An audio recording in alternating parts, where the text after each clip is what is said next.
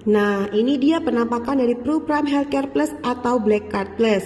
Sebenarnya apa sih Black Card Plus ini? Black Card Plus adalah proteksi kesehatan yang terbaru dari Prudential, terbaik, termurah, dan terbagus di industri. Oke, pastikan teman-teman memilikinya ya. Siapa aja sih yang bisa memiliki kartu ini? Nah, bagi yang udah berusia 30 hari usia sebenarnya sampai usia 70 tahun usia berikutnya. Jadi tahun ini 69, tahun berikutnya 70 itu bisa ngambil PPH Plus ini. Tapi kalau udah lewat dari 70 udah nggak bisa lagi ya teman-teman. Nah, jadi pastikan sebelum usia itu teman-teman udah memiliki.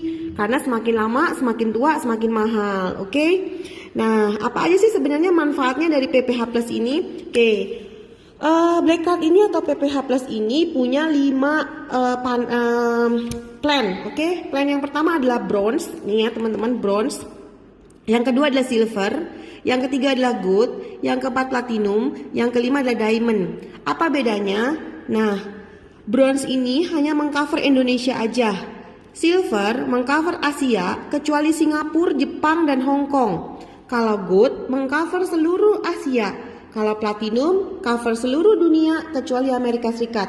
Kalau diamond cover seluruh dunia. Oke, terserah teman-teman mau pilih yang mana.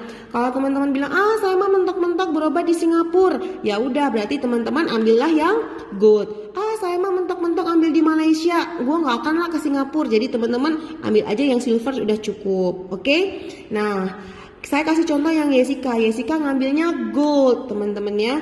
Nah teman-teman, baik bronze maupun silver maupun gold, ini ada 2 pilihan, A dan B, A dan B, A dan B. Ini maksudnya apa?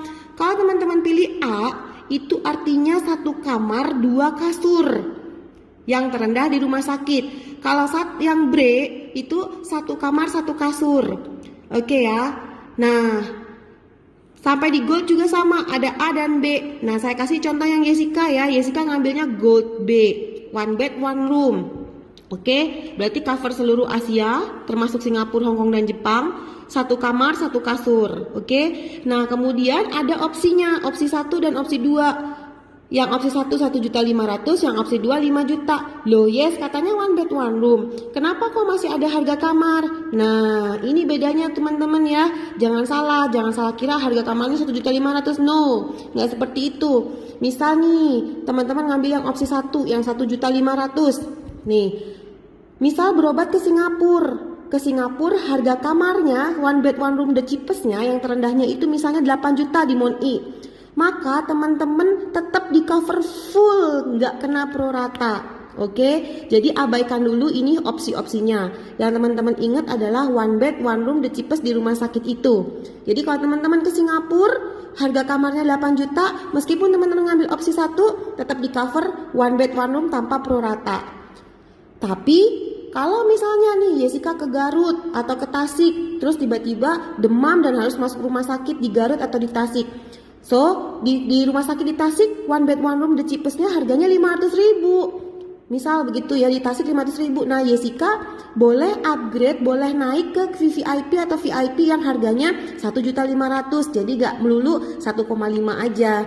Nah, kalau ada produk lain kan pokoknya 1 bed 1 room, meskipun hidup di situ gue peceng 500.000, ya tetap harus masuk ke 500.000. Nah, kalau di sini teman-teman boleh upgrade, boleh naik ke yang VIP atau VVIP. Sampai sini jelas ya. Nah, kalau Jessica ngambilnya gold B, 1 bed 1 room, opsi 2 5 juta. Jadi kalau misalnya nih Jessica masuk ke Boromius, amit-amit nih ya masuk ke Boromius, di sana 1 bed 1 roomnya yang cheapestnya 1.500.000 misal. Nah, Jessica boleh naik kelas nih, boleh naik ke yang suite atau yang ke eksekutif gitu teman-teman. Oke, jelas ya. Oke, nah dan teman-teman, kalau udah tentuin ke hal yang kamar, kita lihat nih manfaatnya apa aja. Nah, manfaatnya nih, 1 tahun pokoknya teman-teman di cover 365 hari ya.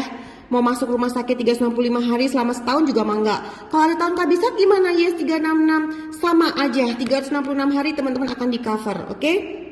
Untuk ICU-nya teman-teman ya, termasuk semuanya ini yang di sini, itu di cover 150 hari setahunnya ya teman-teman, sesuai tagihan. Kalau udah lebih dari 150 hari menurut udah check out dari muka bumi ya teman-teman. Oke, kemudian ada biaya kunjungan dokter umum. Maksimal 2 kali kunjungan per hari. Nah, maksimal 2 kali kunjungan per hari. Jadi satu hari dokter umumnya itu boleh jenguk teman-teman pagi dan sore, itu sesuai tagihan. Oke. Nah, kemudian kunjungan dokter spesialis atau subspesialis maksimal 2 kali kunjungan per hari per jenis spesialisasi. Jadi meskipun teman-teman mau pakai dokter spesialis 10 misalnya ya. Nah, 10-10-nya boleh mengunjungi teman-teman pagi dan sore, itu semua di cover sesuai tagihan. Oke.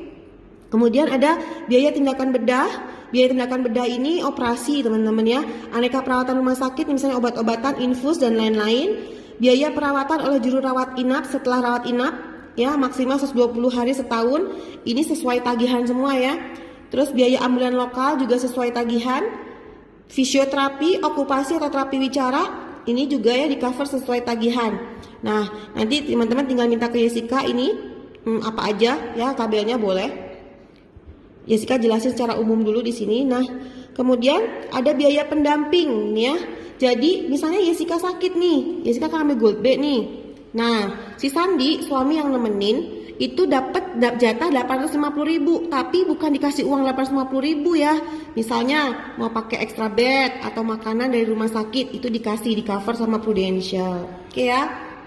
Kemudian, biaya perawatan sebelum rawat inap dan biaya perawatan setelah rawat inap nih ya, 30 hari sebelum dan 90 hari sesudah rawat inap itu di cover sesuai tagihan. Oke. Misalnya kayak apa sih gitu ya. Misalnya hari ini Jessica sakit demam. Udah gitu gak sembuh-sembuh 3 hari, Jessica ke dokter. Kata dokter disuruh periksa darah. Kemudian Jessica periksa darah dan hasilnya kata dokter demam berdarah, harus masuk rumah sakit. Kemudian Jessica masuk rumah sakit 7 hari. Nah, selama 7 hari di cover sama Black Card. Kemudian setelah keluar dari rumah sakit, Jessica masih harus cek dokter, periksa darah lagi.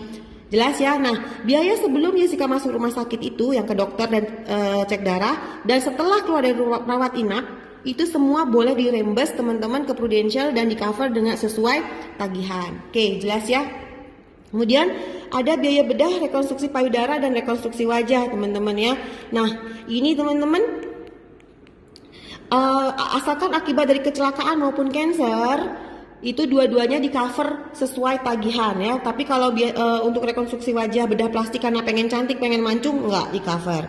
Oke, kemudian ada biaya penggantian biaya donor pihak ketiga. Misalnya Jessica ginjal dan harus transplantasi ginjal, Jessica mah pasti di cover. Nah, orang yang nyumbang ginjalnya ke Jessica juga di cover sesuai tagihan. Jadi nggak cuma Jessica aja, tapi yang nyumbangnya juga. Oke. Kemudian ada manfaat santunan harian. Per hari maksimal 100 hari per tahun. Nah, ini kalau Jessica ngambil Gold B, ini dapatnya 1.500.000. Ini maksudnya gimana sih, Yes? Misalnya, Jessica punya Prime Black Card ini yang Gold B. Kemudian Jessica juga punya BPJS atau asuransi lain misalnya gitu ya. Anggap aja pakai BPJS. Jessica teh cuma demam biasa. Palingan juga habisnya kecil. Udahlah Jessica pakai BPJS aja. Nah, Jessica punya PPH, tapi Jessica di covernya pakai BPJS. Maka kata Prudential teh gini, oke, karena lu punya PPH, tapi lu nggak di cover PPH, di cover sama BPJS, maka lu dikasih ganti uang santunan harian ya, sehari di rumah sakitnya 1.500.000. Jadi ini bisa double claim sama BPJS, gitu teman-teman ya, ngerti ya? Oke. Nah, itu yang untuk manfaat rawat inapnya. Sekarang saya mau jelasin yang rawat jalannya. Oke.